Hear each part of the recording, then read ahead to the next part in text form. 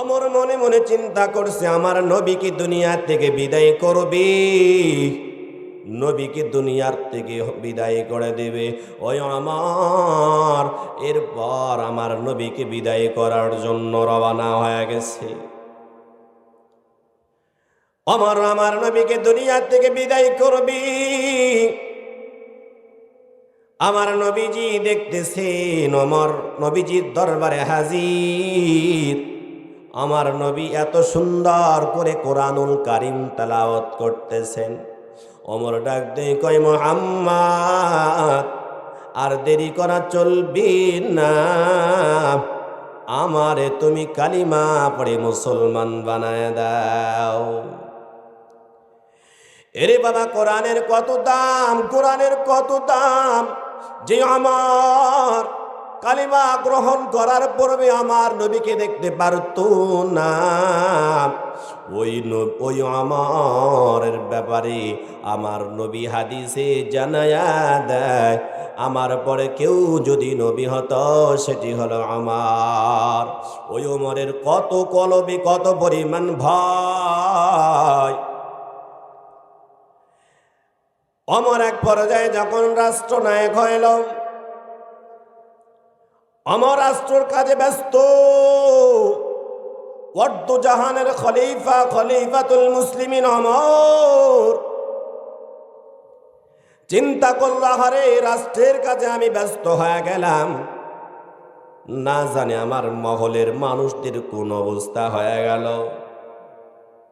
একদিন রাত্রি গভীর হয়ে গেল, ওমর এবার মহল্লার মধ্যে ঢুকিয়া গেল।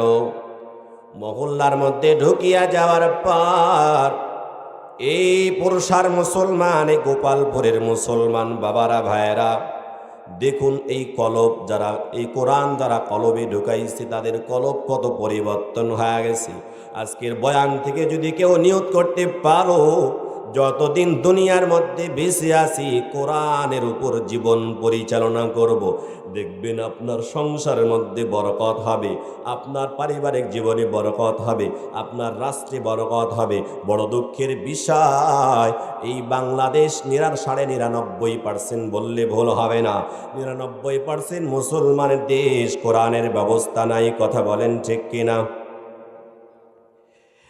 কোরআনের ব্যবস্থা না থাকায়, ওই যে মদিনার মধ্যে কোরআন ছিল, মক্কার মধ্যে কোরআন ছিল, এত সুন্দর একটা সিস্টেম ব্যবস্থা ছিল, বাংলাদেশে আজকে বাবাকে ছেলে সন্তানরা হত্যা করে, কলিজার টুকরা ছাত্রদেরকে প্রকাশ্য দিবালোকে গুলি মেরে হত্যা করে, কলিজার টুকরা বীর সন্তান শরীফ ওসমান ভাইকে দিবালোকে হত্যা করলো। এ বাংলার জমিনে এখন পর্যন্ত ওই শয়তান সন্ত্রাসদের বিচার হয় না। এরে বাবা, এই জন্য কোরআন মোতাবেক জীবন পরিচালনা করা লাগবে, সতর্ক হওয়া লাগবে। আজকে ওসমানকে মেরেছে, কয়েকদিন পরে আমার বুকে গুলি চালাবে। কথা বলেন ঠিক কিনা? ওই যে আমার পূর্বে বক্তা বয়ান করছিলেন, সময় এসেছে এবার বাজাবো দামামা আমরা আবার। আউল ফাউল সব শেষ, সামনের সময় হবে কোরআনের বাংলাদেশ। কথা বলেন ঠিক কিনা? এতদিন ভয় খেয়ে, ভয় দেখে আমাদের কি কোনো লাভ নাই। সংসদে ইনশাআল্লাহ নারে তাকবীরের স্লোগান দিয়ে, সংসদে বিসমিল্লাহির রহমানির রহিম দিয়ে ইনশাআল্লাহ সময় এসেছে এবার আমরা সংসদে বিসমিল্লাহ বলে কোরআন তেলাওয়াত করে সংসদের কাজ শুরু করব ইনশাআল্লাহ। রাজি আছেন আপনারা? রাজি আছেন আপনারা? বলবেন হুজুর আপনি কি রাজনীতি করেন? আমি কোনো রাজনীতি করি না। এ বাবা, বান্দাদের জান্নাতের রাস্তা দেখাবার জন্য সারা বাংলাদেশ আমরা ঘুরি। আমরা চাই আমার বান্দারা, আমাদের উম্মাদরা, আমাদের যুবক ভাইরা, আমাদের বাবারা, আমাদের মেয়েরা, আমাদের আম্মারা যেন জাহান্নাম থেকে মুক্তি পেয়ে জান্নাতে যেতে পারে। এই জন্য হক কথাগুলো বলবার চেষ্টা করি। কথা বলেন ঠিক কিনা? ওই যে কথা বলতেছিলাম, ওমর রাদিয়াল্লাহু তাআলা আনহুর কলবে কত পরিমাণ ভয়, আল্লাহর ভয়।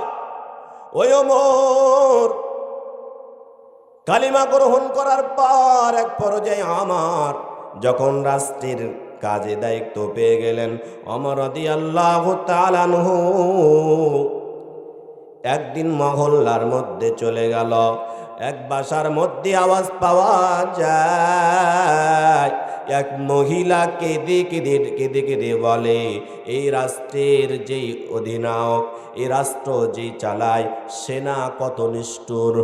ওমর শোনার পর ওমর আল্লাহর কাছে দোয়া করতেছি, ও দয়ার মালিক, আল্লাহ আপনি আমারে মাফ করিয়া দেন।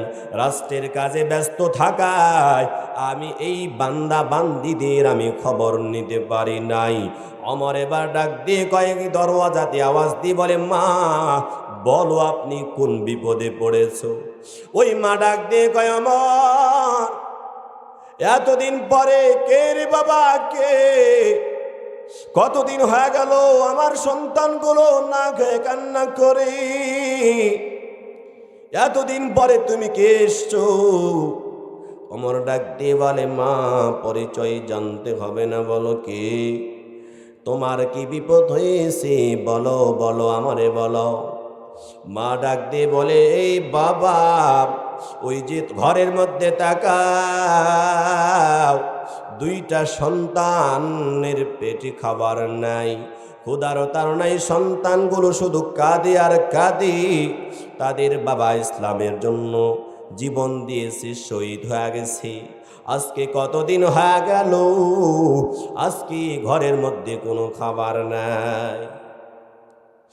ওমর সঙ্গে সঙ্গে আল্লাহর কাছে দোয়া করে, দয়ার মালিক, ও আল্লাহ আপনি আমারে মাফ করে দেন।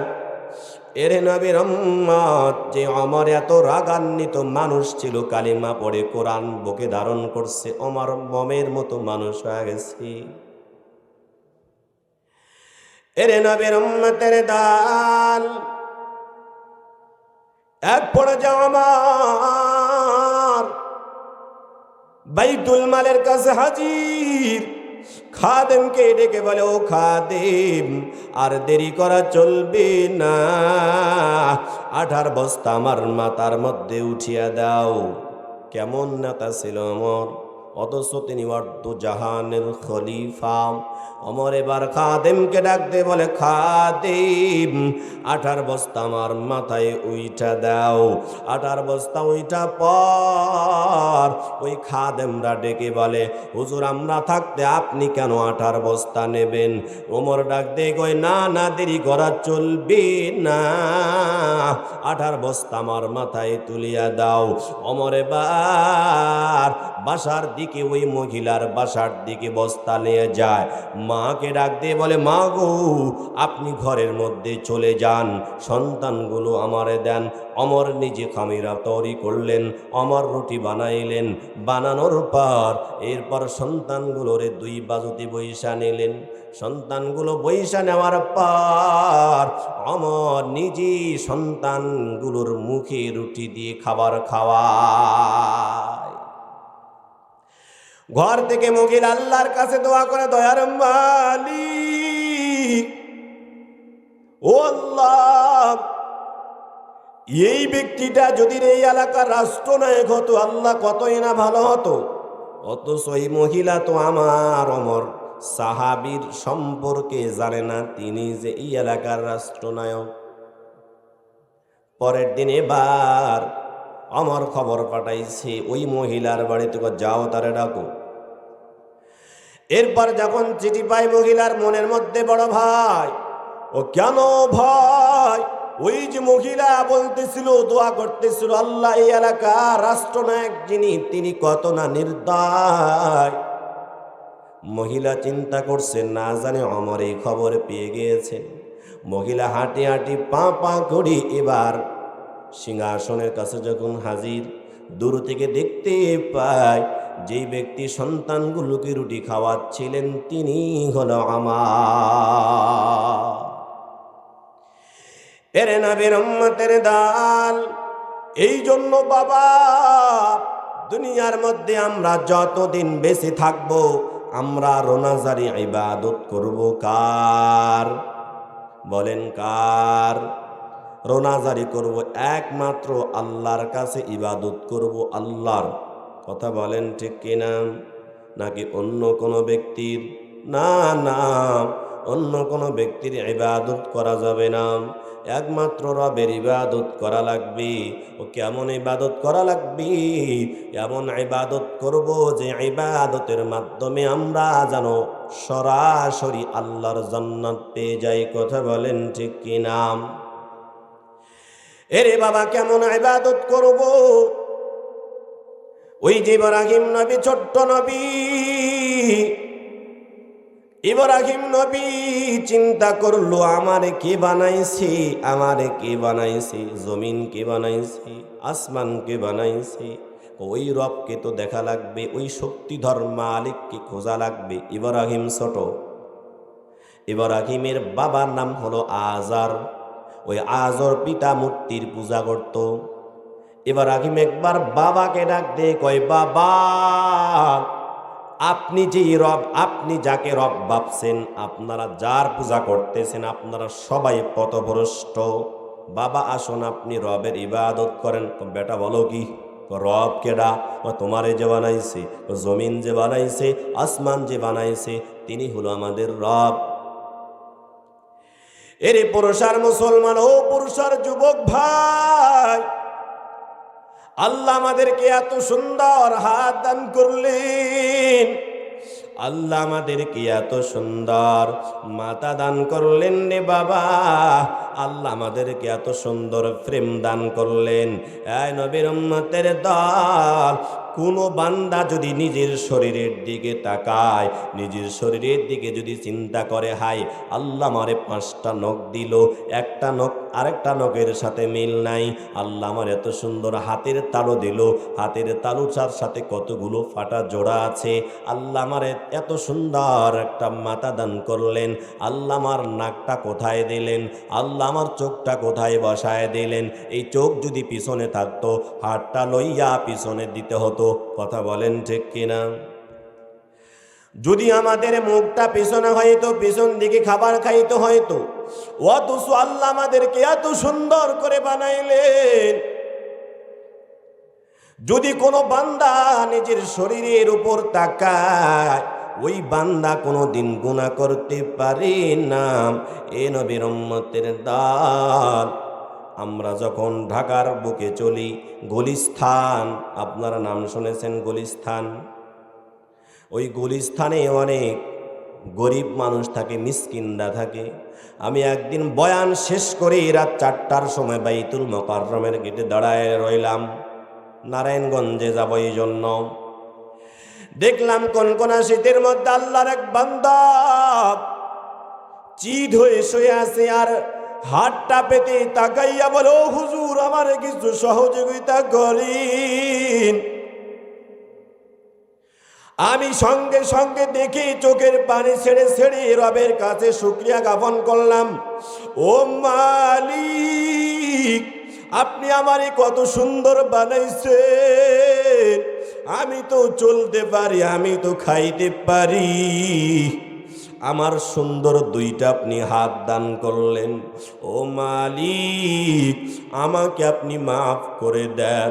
ওই বান্দাটারে আপনি তো বানাইছেন, আমারও বানাইছেন, আমার উপর আপনি রহমত দিয়েছেন। আয় পরশার মুসলমান, এই গোপালপুরের যুবকরা, আজকে কেন আমরা গুনার মধ্যে বিভোর? আজকে কেন আমরা নামাজে যাই না? কেন আজকে আমরা গানের মধ্যে চলে যাই? কেন আজকে হেডফোন লাগাইয়া রাতটা কাটাই?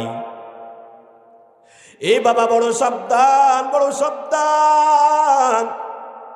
এই বয়ান তো সবাই জানি, পৃথিবীতে কোনো মানুষ বাঁচবে না, সবাই একদিন পৃথিবী থেকে বিদায় হয়ে যাবে। আমার রব কোরআনুল কারিমে ডাক দিয়ে কয়, কুল্লু নাফসিন যায়িকাতুল মাউত।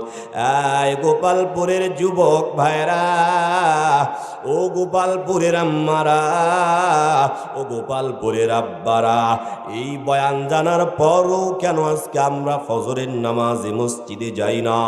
এই বয়ান জানার পরও কেন আজকে অন্ধকার হেডফোন হেডফোন লাগাইয়া খারাপ জিনিসগুলো চোখের সামনে দেই। এরে বাবা, তুমি চিন্তা করছো, তুমি যখন সব লাগাইয়া দরওয়াজা লাগাইছো, জানালা লাগাইছো, মনে করতেছো তোমারে কেউ দেখে না, মনে করতেছো তোমার বাবা তোমারে দেখে না, তোমার মাও তোমারে দেখে না, তোমার বন্ধু বান্ধব তোমারেও দেখে না, তুমি গোপনে গুনাহ করতেছো। তবে তোমারে তো কেউ না দেখলে একজন দেখে, তিনি কি? এরে বাবা, আমি ইসমাইল সিদ্দিকী আপনাদেরকে বলিয়া যায়, ও যুবক, আমিও তো যুবক, আমি আপনাদেরকে বলিয়া যাই, যখন গুনাহ করবা ওই সময়ে চিন্তা করবা, হায় কেউ দেখে নাই, দেখছে আমার আল্লাহ। এরে নবীর উম্মত, আল্লাহ কোরআনুল কারিমে যেখানে আমাদেরকে ডাক দেয় বন্ধুর আচরণ বলে ডাক দেয় আমানু, আল্লাহ বড় মায়া করে ভালোবেসে আমাদেরকে মুসলমান বানাইছেন, আমাদের সাথে বন্ধুত্ব সম্পর্ক আল্লাহর সাথে। এরে নবীর উম্মতের দল, আমরা গুনাহ করি হেডফোন লাগাইয়া অন্ধকার রজনীতে। ও যুবক ভাই, যদি ওই সময় আমার মৃত্যুটা চলে আসে, গান শুনতে শুনতে আমার যদি মরণ হয়ে যায়, নিশ্চয় ওই ব্যক্তিটা জাহান্নামী। কথা বলেন ঠিক কিনা? গান শ্রবণ করতে করতে যদি মরণ চলে আসে, এই যুবক ভাই, ও বাবাজিরা, মৃত্যু মানুষের কখন হবে কেউ জানে না। আসার সিরিয়াল আছে, যাবার কোনো সিরিয়াল নাই। আপনি কোথায় আছেন? আপনি সাপাহারের বাজারে গিয়েছেন, আপনি নওগাঁর বাজারে গিয়েছেন, রিকশায় চলতেছেন, হঠাৎ আজরাইল আসছে, ওখানে আপনার মৃত্যু হবে। আপনি রাত্রি গভীর, জানালা লাগায় দিছেন, বাতি অফ করে দিছেন, আপনারে কেউ দেখছে না, আপনি খারাপ ছবি দেখছেন, আজরাইল ওই সময় হাজির হলে আপনার মৃত্যু ওখানেই হবে। আজরাইল এমন এক নিষ্ঠুর সম্পর্ক, মৃত্যু এমন একটা নিষ্ঠুর সম্পর্ক, মৃত্যু আপন পর চিনবে না, মৃত্যু আপন পর চিনবে না। এক পর্যায়ে ইসরাফিলকে আল্লাহ ডেকে বলবে, ইসরাফিল তুমি সিংহায় ফুৎকার দিয়ে দাও। ইসরাফিল সিংহায় ফুৎকার দিবে, আয় পৃথিবীতে যা আছে সব ধুলার মতো উঠতে থাকবে, আকাশ জমিন থেকে গাছপালা তরুলতা যা কিছু আছে সব উঠতে থাকবে, উঠতে থাকবে। এক পর্যায়ে আল্লাহ তাআলা জিবরিলকে ডাক দিয়ে বলে, আজরাইলকে ডাক দিয়ে বলে, আয় আজরাইল, পৃথিবীতে আর কে বেঁচে আছে? আজরাইল ডাক দিয়ে কয়, ও আল্লাহ, পৃথিবীতে আর কেউ বেঁচে নাই, 4 জন বড় ফেরেশতা। আল্লাহ পাক এবার অর্ডার করবেন, ও ফেরেশতা, তুমি একে একে সবার জানগুলো কব্জ করিয়া নাও। আয় নবীর উম্মতের দল, আয় যুবক ভাই, ও ভাই, কোন সাহসে গুনাহ করো? কোন সাহসে আজকে গুনার দিকে যাও? কোন সাহসে আজকে গুনার দিকে ডুবিয়া পড়লা?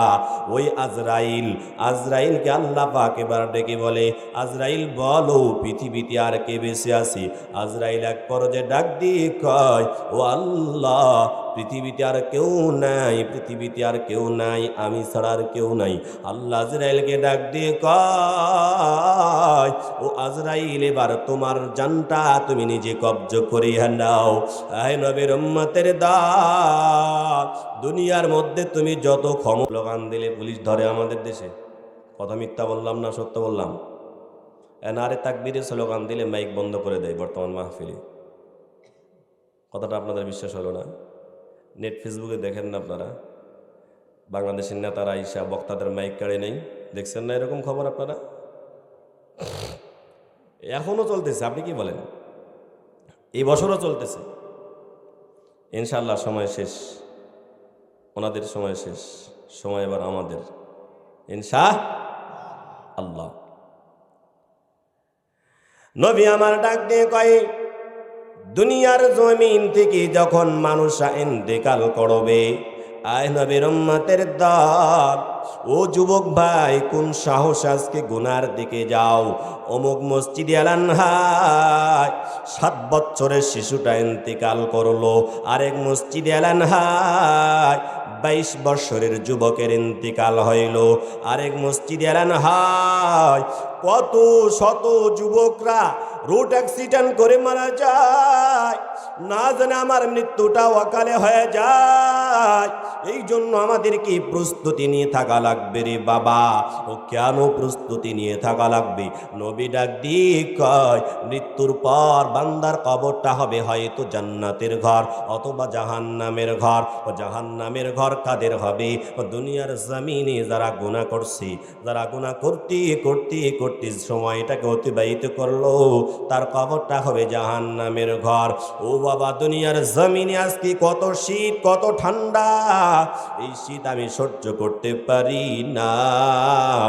আমরা এই শীত সহ্য করতে পারি না, শীতের জন্য লেপ গায়ে দেই, শীতের জন্য কম্বল গায়ে দেই, কিন্তু মৃত্যুর পর যে আল্লাহ আমাদেরকে এত সুন্দর নিজাম দিলেন, যদি ইবাদত করতে না পারি, ওই ঘরের মধ্যে আমাদেরকে শোয়ায় দিবে।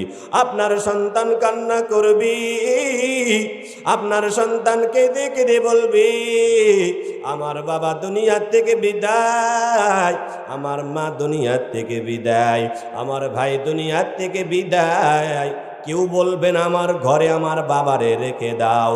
যে স্ত্রীর জন্য আপনি পাগল, ওই স্ত্রী খাদবে, স্ত্রীও বলবে না আমার স্বামীরে আমার ঘরের মধ্যে রেখে দাও। সন্তানগুলো কাটলি লিয়া খাদের মধ্যে লইয়া কাঁদতে কাঁদতে গোরস্থানের দিকে যাবে। গোরস্থানে নামাইয়া সবাই দোয়া পড়তে থাকবে। এক পর্যায়ে যখন মাটি দেওয়া শেষ হয়ে যাবে, দাফনের কাজ শেষ হয়ে যাবে, সবাই স্বজন আপন আপন জায়গায় চলে যাবে। ওই ঘরে নাই কোনো সাথী, নাই কোনো বাতি, ওই ঘরে নাই কোনো সাথী, নাই কোনো বিছানা, নাই কোনো বালিশ, নাই কোনো বাতি। এত সুন্দর দুনিয়ার আরামের জায়গা, কত সুন্দর ল্যাব ব্যবস্থা, কত সুন্দর বিছানার ব্যবস্থা, যদি আমার কবরটা জাহান্নামের ঘর হয়ে যায়, না জানি কত সাপ, কত বিচ্ছু আমারে দংশন করতে থাকবে। এই জন্য পুরুষ আর যুবক ভাই, ও কলিজার যুবক, আপনাদেরকে বলিয়া যায়, নানা সময় থাকতে সময়ের কদর করা লাগবে, সময়ের কদর করা লাগবে। ওই যে মুয়াজ্জিন যখন এলান দেয়, আসসালাতু খায়রুম মিনান নাওম, ঘুমকে ফেলায় দাও, ঘুমকে ফেলায় দিয়ে সব হটাইয়া মসজিদের দিকে চলিয়া যাও, 5 ওয়াক্ত নামাজ আদায় করো। 5 ওয়াক্ত নামাজ ছাড়া জান্নাতে যাওয়া যাবে না। আমার নবী ডাক দিয়ে কয়, মিফতাহুল জান্নাতিস সালাহ। এই বান্দা, যদি জান্নাতে যেতে চাও তাহলে তুমি জান্নাতের চাবি আদায় করো, আর জান্নাতের চাবি হলো নামাজ। যার নামাজ ঠিক নাই তার জান্নাত নাই, যার নামাজ ঠিক আছে তার জন্য জান্নাত। কেন না নবী আমার জানায় দেয়, মিফতাহুল জান্নাতিস সালাহ ওয়া মিফতাহুস সালাতিত তাহুর।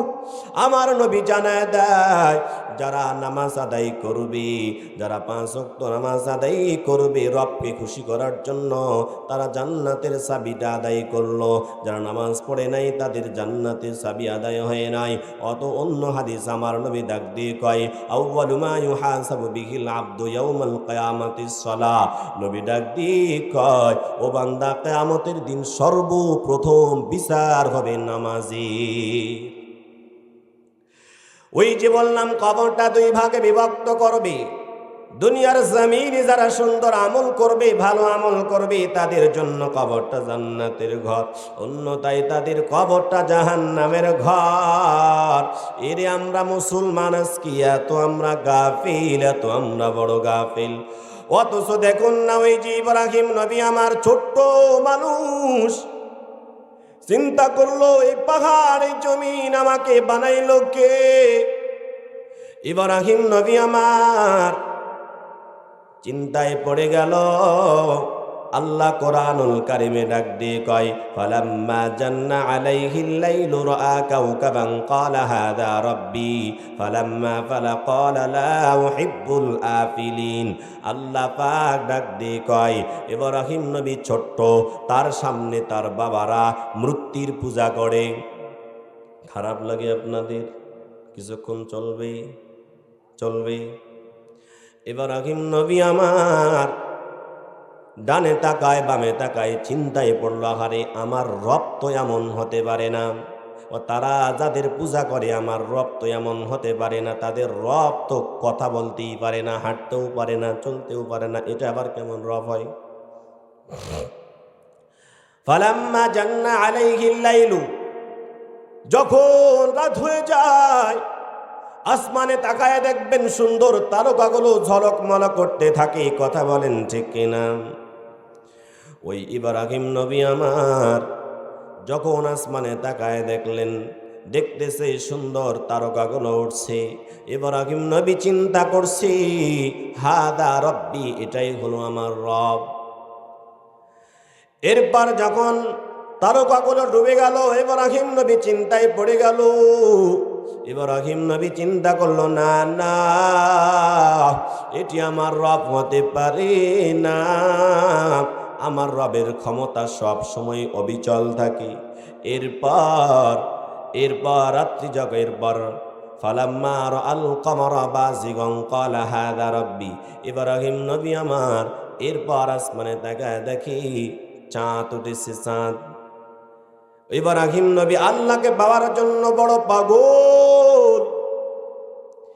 এ বান্দা, তিনি তো একজন শিশু মানুষ, আল্লাহ তারে নবী বানাইবেন, আল্লাহর ইলমে আছেন তিনি নবী হবেন। ইব্রাহিম নবী হলো জাতির পিতা ইব্রাহিম নবী। কথা বলেন ঠিক কিনা? ওই ইব্রাহিম নবী ছোট্ট মানুষ, রবকে খোঁজার জন্য বড় পাগল। কেন খোঁজার জন্য বড় পাগল? ইব্রাহিম নবীরও তো হিসাব হবে, যদিও তিনি নবী, নবীরা সব নিষ্পাপ, ওই নবীরা তো জানতেন জাহান্নাম জান্নাত আছে। এই জন্য ইব্রাহিম নবী আল্লাহর ভয় আল্লাহকে খুঁজতে থাকলেন। এক পর্যায়ে কমরকে দেখলেন, চাঁদ দেখলেন। ইব্রাহিম নবী আমার চিন্তা করলো, এই চাঁদ তো তারকার থেকে বড় হতে পারে, এটি আমার রব। তারক যখন চাঁদও ডুবে গেল, ইব্রাহিম নবী আরো টেনশনে পড়ে গেলেন, না না, এটি তো আমার রব হতে পারে না। এরপর আল্লাহ কুরআনুল কারিমে ডাক দিয়ে কয়, ফালাম্মা রাআ শামসা বাযিগাতান ক্বালা হাযা রাব্বি হাযা আকবার ফালাম্মা আফালাত ক্বালা ইয়া কওমি ইন্নী বারীউম মিম্মা তুশরিকুন।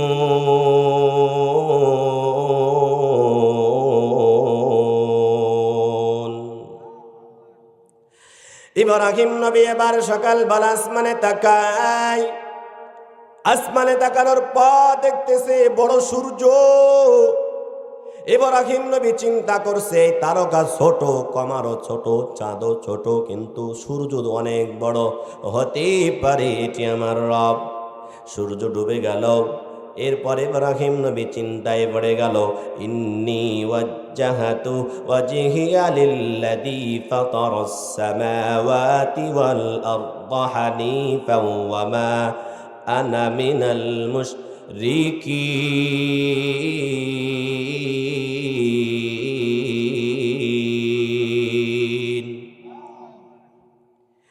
ইব্রাহিম নবী চিন্তা করলো, না না,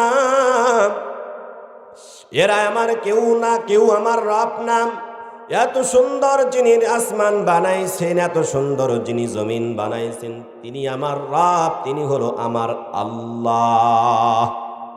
সুবহানাল্লাহ। ইব্রাহিম নবী আল্লাহকে পাওয়ার জন্য কত পাগল, ইব্রাহিম নবীর জিন্দেগিতে কত পরিমাণ কষ্ট।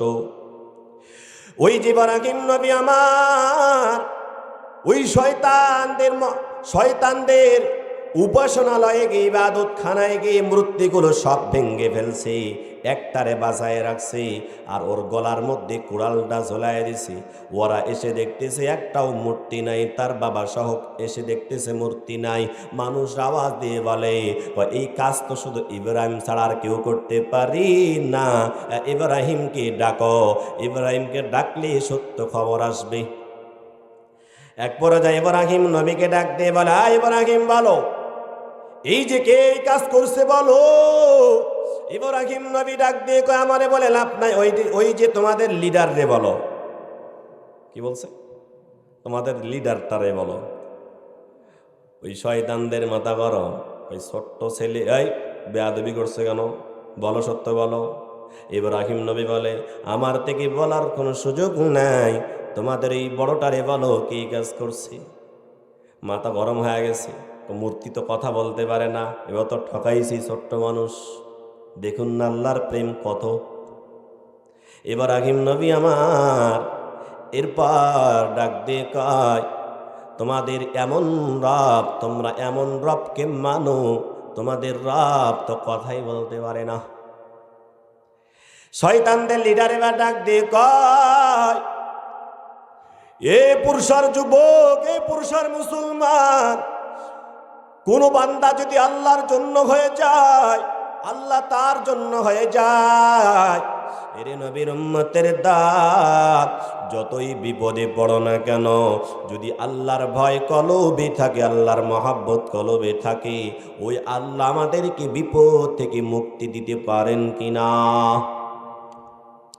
তারপর মানে ইব্রাহিম নবীর শয়তানরা ডাক দিয়ে বলে, তোমরা কে আসো, লাকড়ি তোমরা জড়ো করো, লাকড়ি তোমরা জমা করো, ইব্রাহিমকে আগুনে পোড়ানো লাগবে। এরে নবীর উম্মতের দান, ওই আল্লাহ তাআলা আগুনকে ডাক দিয়ে বলে, আগুন আমার হুকুমে আমার বন্ধু খলিলুল্লাহর শরীরের একটা পশম পর্যন্ত পড়তে পারবা না। জোরে বলি না সুবহানাল্লাহ। এক পর্যায়ে ইব্রাহিম নবীকে আগুনে ফেলিয়ে দেয়। আগুনে ফেলানোর পর ইব্রাহিম নবীর একটা পশম পর্যন্ত পড়ি নাই। ও পুরুষার যুবক ভাই, আপনি আমি যদি আমার রবকে এমন ভালোবাসি, আমার যতই বিপদ হোক না কেন, আমার আল্লাহ আমারে সাহায্য করবেন। আয় নবীর উম্মতের দল, এ বাবা আর অল্প সময় আপনাদের কাছে, আর অল্প সময় থাকতে চাই, কেউ উঠবেন না, মোনাজাত করে আমরা বাড়ি যাব। এরে নবীর উম্মতের দল, আমার আপনার নবী আমার আপনার জন্য কত পরিমাণ কষ্ট করলেন রে বাবা। যেই নবী আমাদেরকে সব সময় স্মরণ করছেন, নবী দুনিয়া থেকে বিদায় হয়ে যাবে, ওই সময় পর্যন্ত শুধু উম্মতি উম্মতি উম্মতি। নবী একদিন ঘরের মধ্যে কাঁদে, হাউ মাউ করে নবীজি কাঁদে। নবীজির আদরের সন্তান কলিজার টুকরা ফাতিমাতুজ জোহরা রাদিয়াল্লাহু তাআলা আনহা ডাক দিয়ে কই, বাবা কেন আপনি কান্না করেন? আমার নবী ডাক দিয়ে বলে, ও মা তুমি বুঝবা না। ফাতিমা ডাক দিয়ে কই, বাবা আপনার কি মার কথা মনে পড়ছে, আপনার বাবার কথা মনে পড়ছে? নবী ডাক দিয়ে কই, মা গো না, আমার মার কথা মনে পড়ি না, আমার বাবার কথাও মনে পড়ে নাই, আমার শুধু মনে পড়তেছে মৃত্যুর পর আমার উম্মতের কি হবে।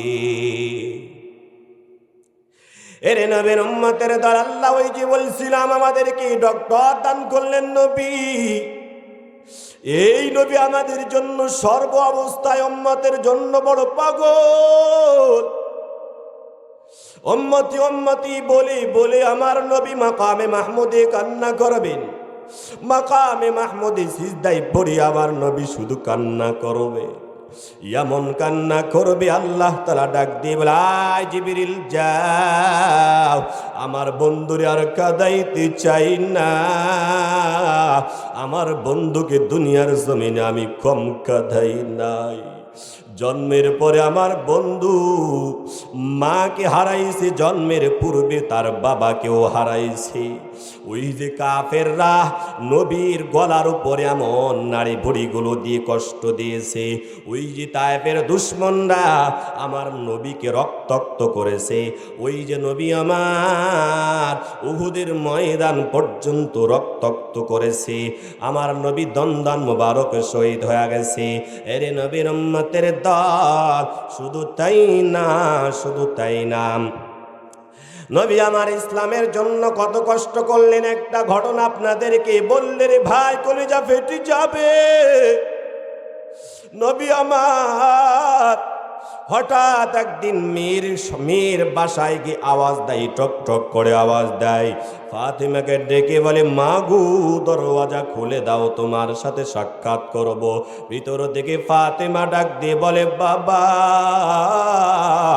আমি কিভাবে দরওয়াজা খুলবো, দরওয়াজা খোলার কোনো অবস্থা নাই।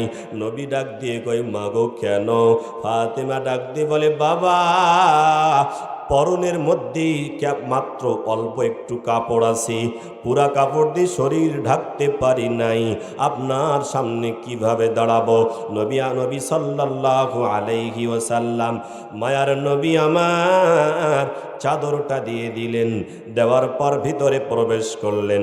প্রবেশ করার পর দেখতেছে আমার নবীজি আদরের টুকরা, কলিজার টুকরা সন্তানের চেহারার মধ্যে কান্নার ভাব। নবী আমার ডাক দিয়ে বলে, ফাতেমা কেন কান্না করো? ফাতেমা ডাক দিয়ে বলে, বাবা আজকেই 3 দিন হয়ে গেল, ঘরের মধ্যে কোনো খাবার নাই, ঘরের মধ্যে কোনো খাবার নাই। অপরদিকে ওই যে কলিজার টুকরা আদরের দুলাল নাতিরা ডেকে ডেকে বলেন, নানা বিচার আছে। নবী আমার ডেকে বলেন, নানাজি বলো কি বিচার? এরপর হাসান আর হুসাইন ডেকে বলে, নানাজি আজকে কয়েকদিন হয়ে গেল মা আমাদের সাথেই মিথ্যা কথা বলে, আমাদের পেটের মধ্যে বড় ক্ষুধা গো নানা। মা ডেকে বলে, যাও খেলার ময়দানে যাও, তোমাদেরকে আমি খাবার দেব। আমরা খেলাধুলা করে বাসায় চলে আসি, এসে দেখি কোনো খাবার নাই।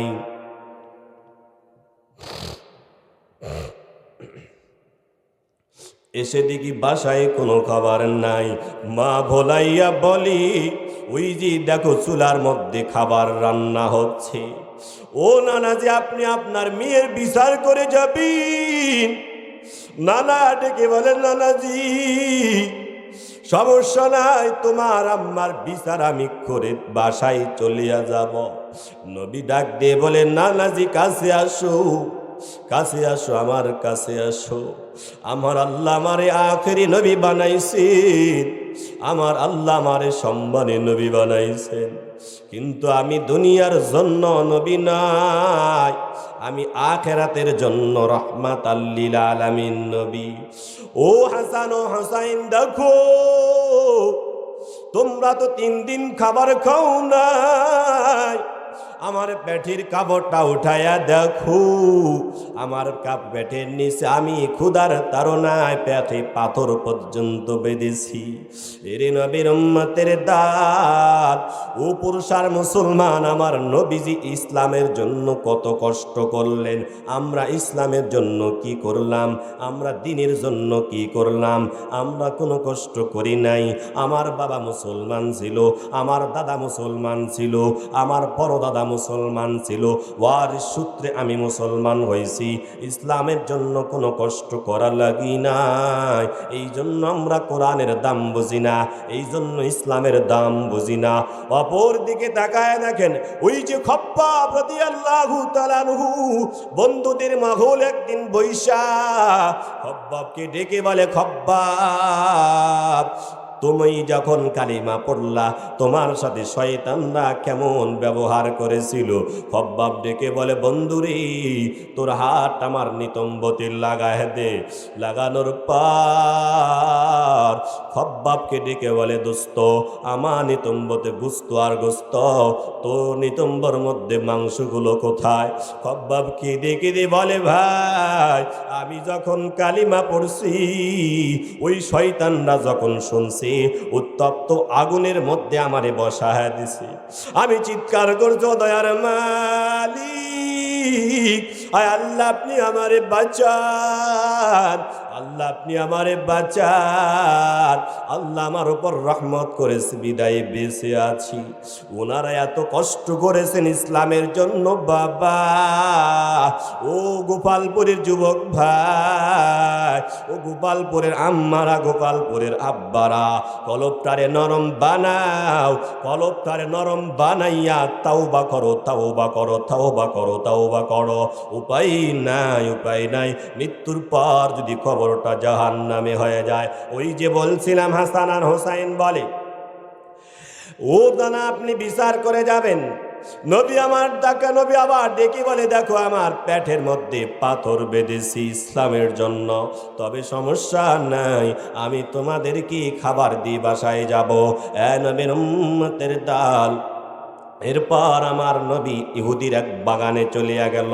খুব মনোযোগ, খুব মনোযোগ। নবী আমার ইসলামের জন্য দেখুন কেমন নবী। ইহুদির বাগানে গিয়ে ইহুদিকে ডেকে বলা, ইহুদি আমারে কিছু খেজুর দে, আমারে কিছু খেজুর দে। ইহুদি ডেকে বলে, খেজুর দিব, আমার কিছু কাজ করা লাগবে। ও কি কাজ করা লাগবে? বাগানে পানি দেওয়া লাগবে। নবী আমার বলে, রশি দাও, বালতি দাও। নবী আমার রশি লইয়া বালতি লইয়া বাগানে পানি দিতে আরম্ভ করছে। 2 বালতি শেষ হওয়ার পরে 3য় বালতির সময় নবীজির হাত থেকে বালতিটা কূপের মধ্যে পড়ে গেছে। নবী আমার ডাক দিয়ে কয়, ইহুদি রে, ও ইহুদি, আমার হাত থেকে তো বালতিটা নিচে কূপের মধ্যে পড়ে গেল। নয়ার নবী রহমাতুল্লিল আলামিন, মায়ার নবী কেমন নবী আমার।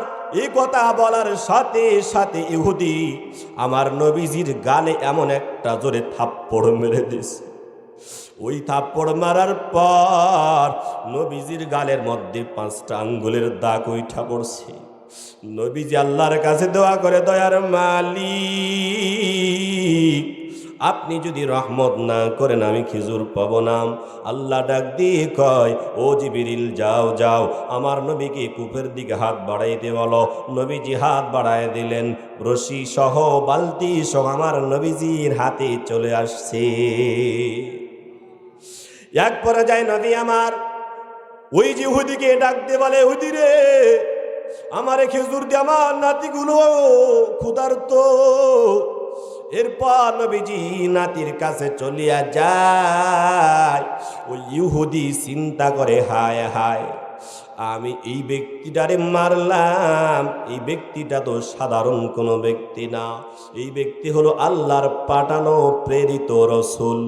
ওই ইহুদি ভুল বুঝতে পেয়ে নিজের হাতটা কেটে দিল। কেটে দেওয়ার পর নবীর কাছে হাজির। নবীকে ডাক দিয়ে বলো, পয়গম্বর, পয়গম্বর, আমার বড় ভুল হয়ে গেছে গো পয়গম্বর, আমারে আপনি মাফ করে দেন। ও পয়গম্বর, আমি আপনাকে যে হাত দিয়ে থাপ্পড় দিয়েছি ওই হাতটা আমি আপনার জন্যই কেটে আপনার কাছে নিয়ে এসেছি। নবী আমার ডাক দিয়ে কয়, ভাই আপনি এমন কাজ কেন করলেন, কেন করলেন? নবী আমার, ওমা আরসালনাকা ইল্লা রাহমাতাল লিল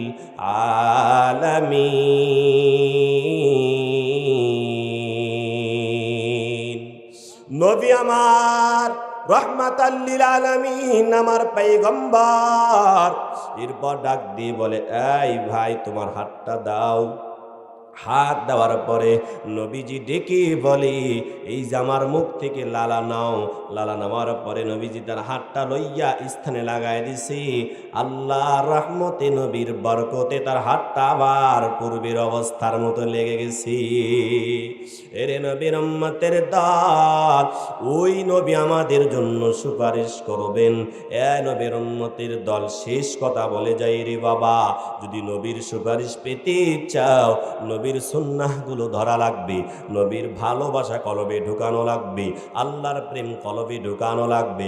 যেমন আল্লাহকে ভালোবেসেছেন ইব্রাহিম নবী, যত বিপদ হয়েছে মুক্তি দিয়েছেন আল্লাহ। এই মুক্তি দেনেওয়ালা পৃথিবীতে কেউ নাই, মুক্তি দেনেওয়ালা একমাত্র আল্লাহ। নবীজির আদর্শ ছিল, যত বিপদে পড়ছেন নামাজের মাধ্যমে সেরে নিয়েছেন। জান্নাত যদি পেতে চাও, তাহলে নবীর সুপারিশ করা লাগবে। ও কেন কেন নবীকে মানা লাগবে?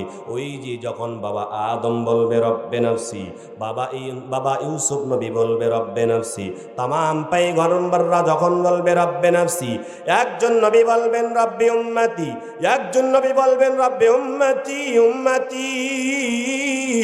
সেই নবী আর কেউ না, সেই নবী আর কেউ না, সেই নবী আপনার আমার নবী, এতিম পয়গম্বর মুহাম্মাদুর রাসূলুল্লাহ সাল্লাল্লাহু আলাইহি ওয়াসাল্লাম। ওগো নবীর উম্মতেরা, হয়ে আজি দিশেহারা, ওগো নবীর উম্মতেরা, হয়ে আজি দিশেহারা। কোরআন হাদিস ছেড়ে চলো যখন যাহা চাই মনে, নবী বিনে কে তোরাবেন পুলসিরাত মিজানে, নবী বিনে কে তোরাবেন পুলসিরাত মিজানে।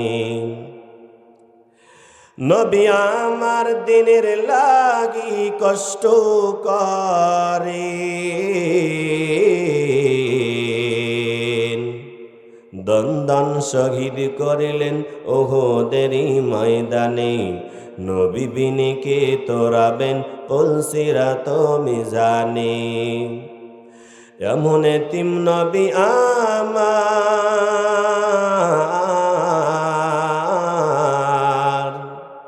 পিতা মাতা নাই যে তাহার, এরপরও কত মারা মারলো দুশ্মনী, নবী বিনে কে তোরাবেন পুলসিরাত মিজানে, নবী বিনে কে তোরাবেন পুলসিরাত মিজানে। কেউ আছে? যদি কেউ না থাকে রে বাবা, কেউ না থাকে, নবীর আদর্শ ঢুকানো লাগবে, নবীর প্রতি মহব্বত বাড়ানো লাগবে। এই যে আজকে যে মাদ্রাসার উসিলায় এত সুন্দর জান্নাতের বাগান পেয়েছেন, আপনারা খুশি না নারাজ? এ বাবা আরো কিছু পাইবেন। এই মাদ্রাসার উসিলা করে, মাদ্রাসাকে মহাব্বত করা মানে নবীকে মহাব্বত করা। এই মাদ্রাসা করেছেন বিদায় আমার সাথে আপনাদের পরিচয় হয়েছে, কথা বলেন ঠিক কিনা? আরো কত আলেমের সাথে পরিচয় হবে। এই মাদ্রাসাকে যারা মহাব্বত করবে, আল্লাহ তাআলা নবীর মহাব্বত তাদের কলবে ঢুকায় দিবে। হতে পারে মাদ্রাসার মহাব্বতে আল্লাহ পাক তাদেরকে জান্নাত পর্যন্ত দিতে পারেন। এই জন্য আমরা কে কে মৃত্যুর আগ পর্যন্ত মাদ্রাসাকে মহাব্বত করব? হাত দুটা উঠাই দেখি, নারে তাকবীর। সবাই মাদ্রাসাকে মহাব্বত করবেন তো ইনশাআল্লাহ? হাত নামান। মাদ্রাসাকে মহাব্বত করা লাগবে মুখে না, অন্তর দিয়া। ও কিভাবে? মাঝে মধ্যে সহযোগিতা করা লাগবে, মাঝে মধ্যে অর্থ দেওয়া লাগবে, মাঝে মধ্যে শ্রম দেওয়া লাগবে, মাঝে মধ্যে সন্তানগুলো দেওয়া লাগবে, কথা বলেন ঠিক কিনা? এ বাবা, যদি এই মাদ্রাসাগুলোর সাথে লেগে থাকতে পারি, এই মাদ্রাসাগুলো হলো নবীর ঘর। বলেন কার ঘর? নবীর ঘর। ছোট্ট একটা ঘটনা আপনাদেরকে বলি, শেষ কথা। ওই যে হাদিসের পাতায় দেখা যায় ক্বালা ক্বালা ক্বালা আবি হুরায়রা রাদিয়াল্লাহু তাআলা আনহা। আবু হুরায়রার নাম কেন? আবু হুরায়রার নাম কেন হাদিসের পাতায় পাতায় আবু হুরায়রার নাম কেন? ওই আবু হুরায়রা ডাক দিয়ে কয়, ওই যে আমার আনসার ভাইরা মুহাজির ভাইরা যখন যে কোনো সময় তারা ব্যবসায়িক কাজে লেগে গেল, তারা সাংসারিক কাজে লেগে গেল, আমি আবু হুরায়রা সংসার কাজে যাই নাই, ব্যবসার কাজে যাই নাই, দুনিয়ার কাজে যাই নাই, আমি ওই যে নবীর ছোটটা ধরে রেখেছিলাম। এই জন্য আল্লাহ আমার সম্মান দিয়ে পৃথিবীর কিয়ামত পর্যন্ত আমার নামটা সমস্ত আলেমরা হাদিসের পাতায় পড়তে থাকবে, বলি না সুবহানাল্লাহ। হতে পারে গোপালপুরের মানুষ আজকের 500 টাকা হতে পারে আপনার জন্য জান্নাতের সার্টিফিকেট। কথা বলেন ঠিক কিনা? আমি মুসাফির মানুষ, আপনাদের কাছে একটু হাত পাতবো মাদ্রাসার জন্য, আপনারা কি রাগ করবেন নাকি? হ্যাঁ, আমার জন্য না, কেউ যাবেন না ইনশাল্লাহ। অল্প সময়ের মধ্যে শেষ মোনাজাত হবে। আকাশ থেকে পড়তেছে, বৃষ্টির মতো কুয়াশা পড়তেছে। এই মাদ্রাসার জন্য আপনাদের কাছে একটু সহযোগিতার হাত পাতবো। কেউ উঠবেন না, কত টাকা কোন দিকে চলে যায় অন্তরটা একটু নরম করো। আল্লাযী লা ইলাহা ইল্লা হুয়াল হাইয়ুল কাইয়্যুম আতুবু ইলাইহি লা হাওলা ওয়ালা কুওয়াতা ইল্লা বিল্লাহিল আলিয়্যিল আযীম। اللهم صل على محمد وعلى آل محمد كما صليت على إبراهيم وعلى آل إبراهيم إنك حميد مجيد. اللهم بارك على محمد وعلى آل محمد كما باركت على إبراهيم وعلى آل إبراهيم إنك حميد مجيد. بسم الله الرحمن الرحيم. الحمد لله رب العالمين الرحمن الرحيم مالك يوم الدين. إياك نعبد وإياك نستعين. اهدنا الصراط المستقيم صراط الذين أنعمت عليهم غير المغضوب عليهم ولا الضالين.